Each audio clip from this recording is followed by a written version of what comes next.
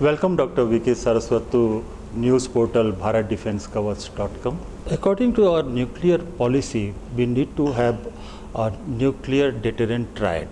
Unfortunately, the third element, that is the subsurface element, is not fully in place.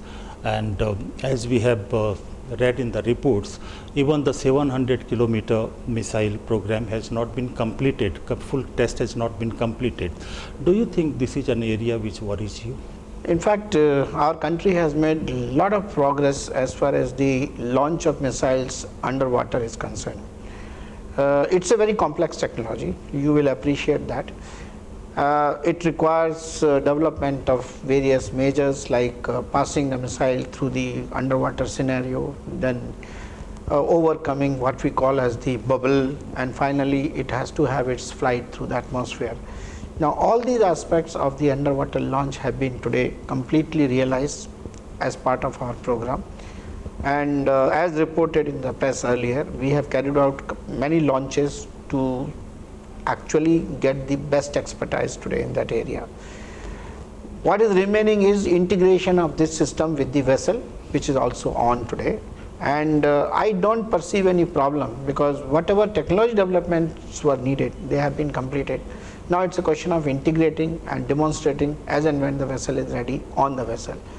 So we have the capability, but yes, since it is presently only 700 kilometers, we will have to build capability to cover longer ranges, and that program also will have to be initiated as and when the threat evolves. So if we see the track record of our missile program, defense missile program, we see that the initial versions of the missiles to launch took a lot of time, even up to 2 decades.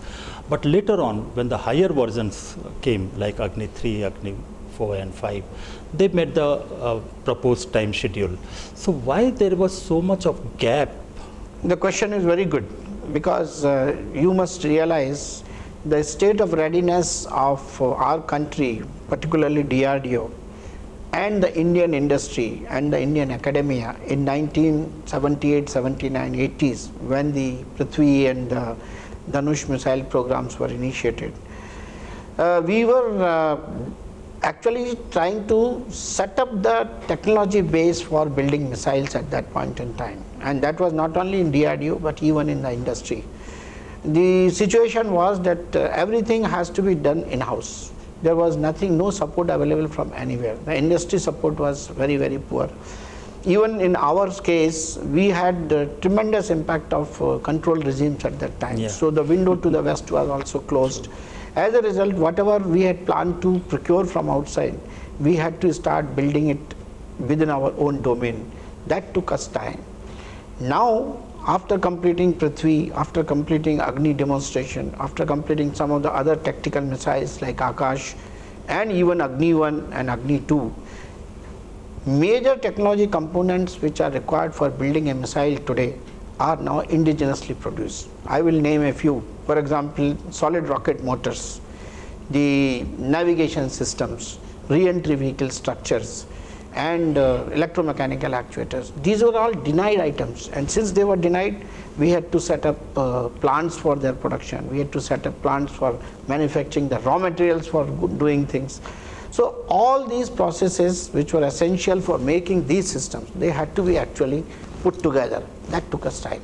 But during 80s and 90s, this phase has been completed. So when we started building Agni 3 in 2000 or Agni 4 in 2005, it took us less time because now we have the capability to get all the components in shortest possible time. Thank you so much for talking to us, and wish you all the best. Thank you so much. Thank you. Nice talking to you. Thank you. Nice talking.